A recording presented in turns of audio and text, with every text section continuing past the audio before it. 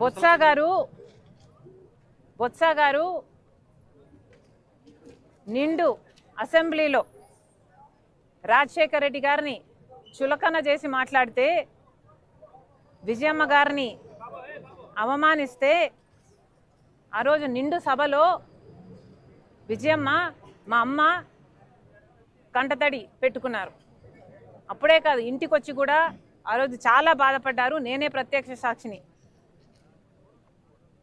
అంతగా అమ్మను బాధ పెట్టాడు, రాజశేఖర రెడ్డి గారి భార్యను బాధ పెట్టాడు. అది కూడా రాజశేఖర రెడ్డి గారిని చులకన చేసి మాట్లాడి నిండు సభలో. అలాంటి బొత్స గారు నిన్న కన్నీళ్లు పెట్టుకున్నారని విన్నాం.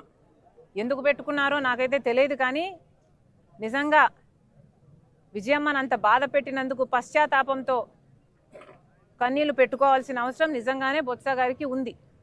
గతంలో అన్నాడు కదా, వైఎస్ఆర్ మరణానికి కారణం జగన్ హస్తం ఉందని చెప్పాడు.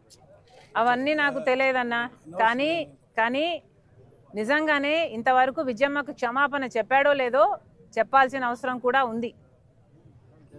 ఎంతసేపు గన్నులు గొడ్డల్లేనా? ఎంతసేపు నరకాలి, చంపాలి, నాశనం చేయాలి, ఇదే. నిర్మించాలి, కట్టాలి అన్న ఆలోచన వైసీపీకి, జగన్మోహన్ రెడ్డి గారికి ఉండుంటే అధికారంలోకి వచ్చిన 6 నెలల్లో జలయజ్ఞం పూర్తయిపోయేది.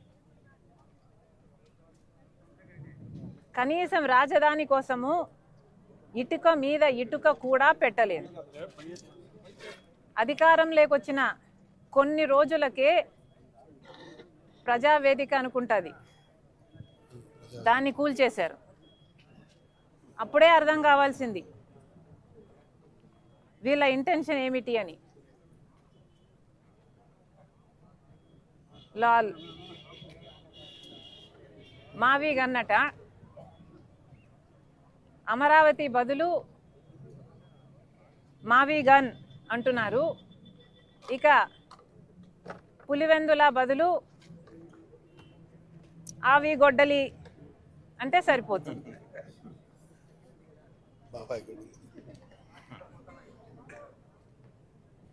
ఎలాగో మీరు గన్నులు గొడ్డళ్ళు ఇవే మాట్లాడతారు కాబట్టి దీనికి మావి గన్నుకు మీ పేరు పెట్టండి, పులివెందలకి